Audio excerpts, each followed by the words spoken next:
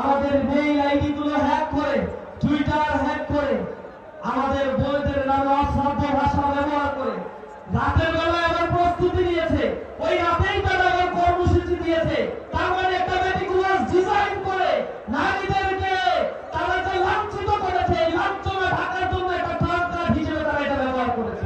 আমি শুরুতেই গভীর দুঃখের সাথে, শ্রদ্ধার সাথে স্মরণ করছি এই গাজীপুরের মাটিতে কিছুদিন আগে ছাত্রদল সন্ত্রাসী কর্তৃক ছুরিকাঘাতে নিহত করা হয়েছিল যে নারীকে, রানীর কথা আমি স্মরণ করছি। আমি পাশাপাশি স্মরণ করছি বীরেশ্বরে সপ্তম শ্রেণীতে অধ্যয়নরত যে বোনটিকে সংঘবদ্ধভাবে যুবদল ছাত্রদলের সন্ত্রাসীরা ধর্ষণ করে তাকে হত্যা করেছে। আমরা এর তীব্র নিন্দা জানাই। পাশাপাশি আমি তীব্র নিন্দা জানাই জুলাই পরবর্তী যে ৭৫ জন বোনকে নির্দয়ভাবে এই পশুরা ধর্ষণ করেছে এবং এদেরকে আমরা নিন্দা এবং তিরস্কার জানাই। বাংলার মানুষ জেনে গিয়েছে এরা কতটা পশু আর যন্ত্র জানোয়ারে পরিণত হয়েছে। এরা ক্ষমতায় আসার আগে এখন পর্যন্ত ২৩৪ জন মায়ের বুক খালি করেছে।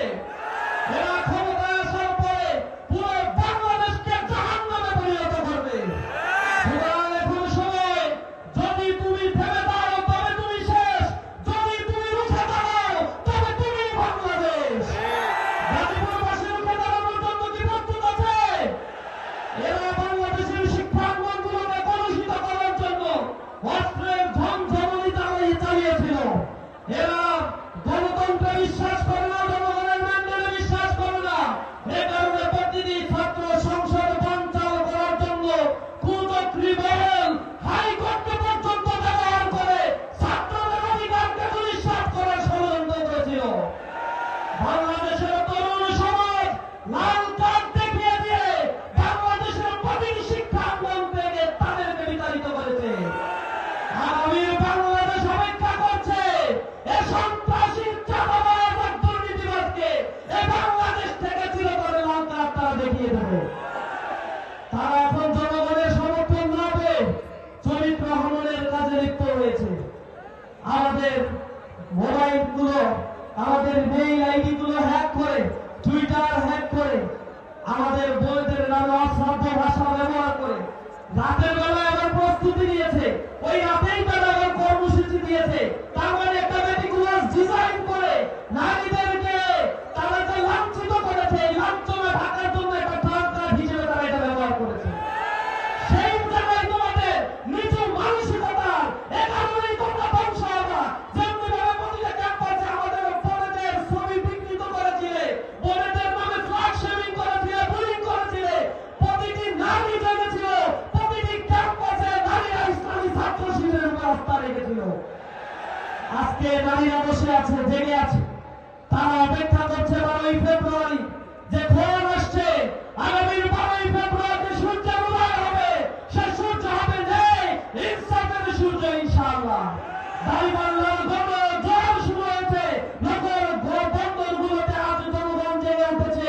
ইনশাআল্লাহ চাঁদাবাজ আর দুর্নীতিমুক্ত বাংলাদেশ যদি করা সম্ভব হয়, এই বাংলাদেশের ৬০ কোটি মানুষ যে দারিদ্র সীমার নিচে বসবাস করে তাদের সকলের কর্মসংস্থানের ব্যবস্থা করা সম্ভব।